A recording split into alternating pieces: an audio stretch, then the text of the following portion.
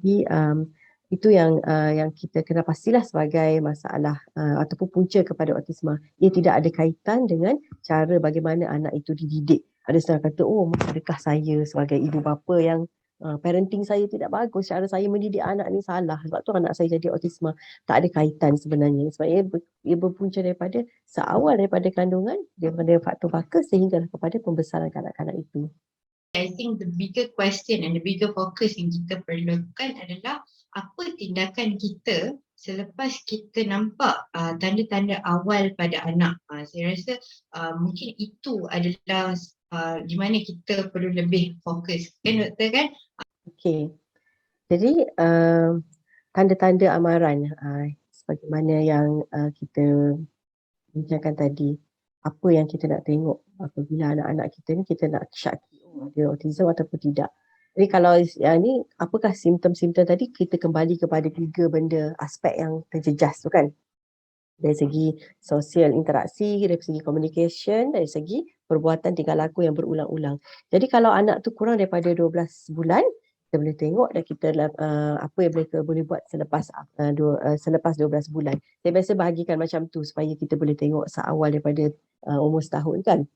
Macam kita tengok kalau anak tu kurang daripada 12 bulan, kalau dia dapat sesuatu yang menyeronokkan, ya, sebagai contohnya dia dapat mainan ataupun hadiah, dia dapat tu dia tidak menunjukkan perasaan yang gembira.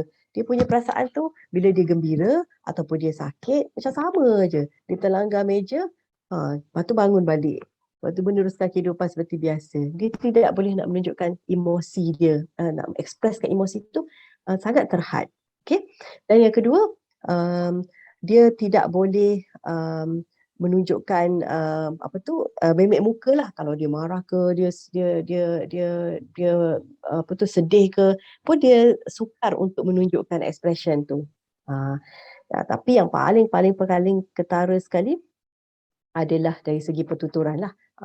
Biasanya mereka sangat lambat dari segi pertuturan. Pada umur 12 tahun biasanya sudah ada, macam saya katakan tadi, boleh cakap ma kepada ma, bukan ma kepada semua orang. Papa kepada bapa dia. Dia boleh cakap sekurang-kurangnya nak, no kan. Dan dia boleh faham kalau kita kata, oh jangan, no. Dia boleh faham. Ini dan anak-anak autism biasanya dia tidak boleh nak menunjukkan respon kepada tu. Dan tidak ada perkataan untuk ekspreskan. Kalau dia nak apa-apa, sama ada dia ambil tangan ibu, dia tunjuk kat situ, ataupun dia macam tu. Apabila dia berbual pun tidak ada macam nak katakan keluar, boleh cakap ba, ma, ma. Okay, so itu kalau seawal daripada usia 12 bulan. Tapi selepas umur 12 bulan, biasanya kita akan tengok anak-anak ni biasanya selepas umur setahun dia akan ada kemampuan untuk, macam saya kata tadilah, dia boleh mengeluarkan beberapa patah perkataan. Kurang-kurangnya boleh cakap nak, tak nak, no kan. Dan juga dia tidak menunjukkan rasa untuk bersosial dan berinteraksi dengan orang di sekitar dia. Pada tu dia suka duduk seorang-seorang, main seorang-seorang, dan dia tidak menunjukkan minat untuk bergaul dengan kanak-kanak lain. Kalau pergi ke playground sebagai contohnya, taman permainan, duduklah dekat taman permainan tu, dia biasanya sama ada dia takut untuk pergi bermain ataupun dia main seorang-seorang.